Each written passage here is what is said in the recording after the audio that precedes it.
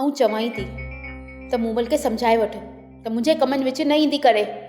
मूमल तुंहिंजूं कहिड़ियूं थी राहूं रोके, आउं बि सुणा त सही। हुनखे अॼु ॾींहं ताईं मां हज़म कोन थी आहियां ऐं उहा चाहे थी त मां हितां हली वञा।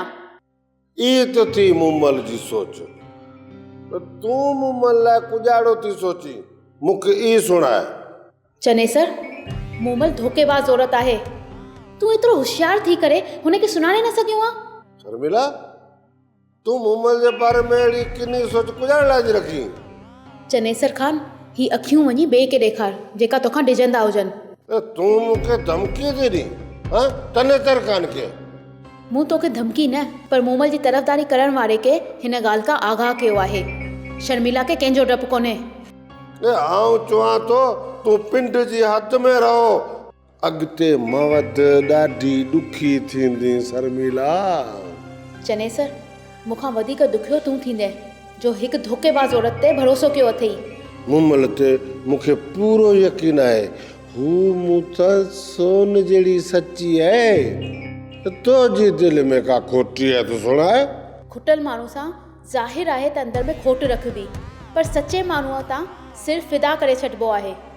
ही मुंहिंजी महिरबानी सम्झ जो तोखे ज़ाल जी हैसियत में हवेली में रहायो आहे। न चनेसर खान, न, ही तुंहिंजो एहसान न पर तुंहिंजी मजबूरी आहे जो मूंखे हिते रहायो अथई।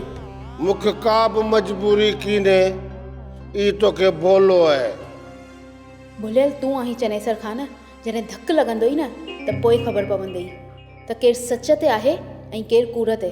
तूं वरी बि मूमल जी ॻाल्हि थी करीं, पर आउं तोखे चवां थो त आईंदा मूमल जी शिकायत मूंसे न कज। ठीकु आहे चनेसर, भले तूं अंध जे घोड़े ते सवार थी, पर वक़्तु तोखे सभु कुझु ॿुधाए छॾींदो।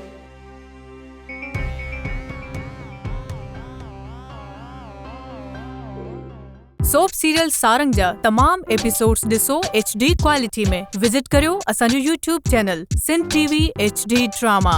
सब्सक्राइब कयो असांजो official YouTube channel Sindh TV HD drama ऐं वधीक अपडेट लाइ बेल आइकन खे क्लिक करियो।